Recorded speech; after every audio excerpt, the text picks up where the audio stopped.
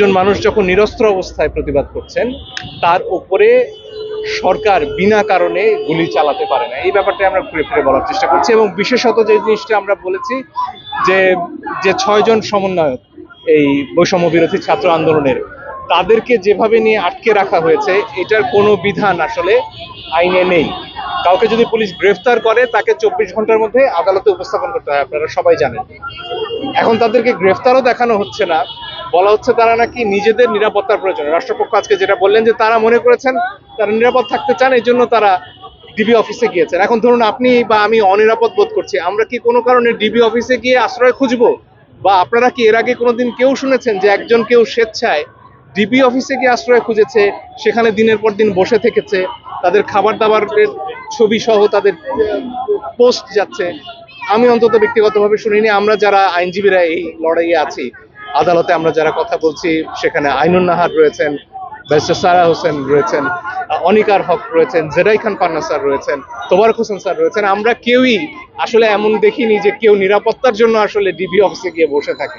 নিরাপত্তা হেফাজতের অন্য প্রসঙ্গ আছে এবং আমরা যতদূর জানতে পারছি হাসপাতাল থেকে নিয়ে আসা হয়েছে।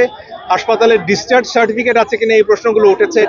আমার মনে হয় না সরকারের তরফ থেকে ডিসচার্জ সার্টিফিকেট এখানে দেয়া হয়েছে। আমরা আদালতে খুব পরিষ্কার দুটো কথা বলেছি, পুলিশ বলুন সেনাবাহিনী বলুন তারা কখন গুলি করতে পারে এটার জন্য সুনির্দিষ্ট আইন আছে। আমাদের ফৌজদারি দণ্ডবিধি, কার্যবিধি এবং পুলিশ রেগুলেশন, যেটা পিআরবি, পুলিশ রেগুলেশন বাংলাদেশ, সেখানে স্পষ্টভাবে বলা আছে কোন পরিস্থিতিতে এই কাজগুলো করা যায়, গুলি চালানো যায়।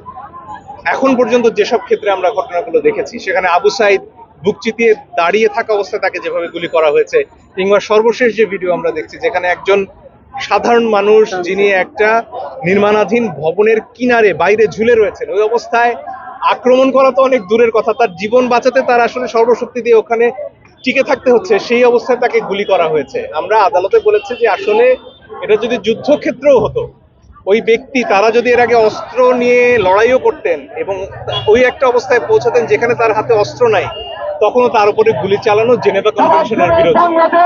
ফলে এই বিষয়গুলো আমরা তুলে ধরে পুলিশের গুলি চালানো, সেনাবাহিনীর গুলি চালানো বন্ধের জন্য আবেদন করেছি এবং অবিলম্বে এই ছাত্রদের মুক্তি অথবা আদালতের সামনে তাদেরকে উপস্থাপন করে তারা আসলে স্বেচ্ছায় বন্দী কিনা এটা জানা।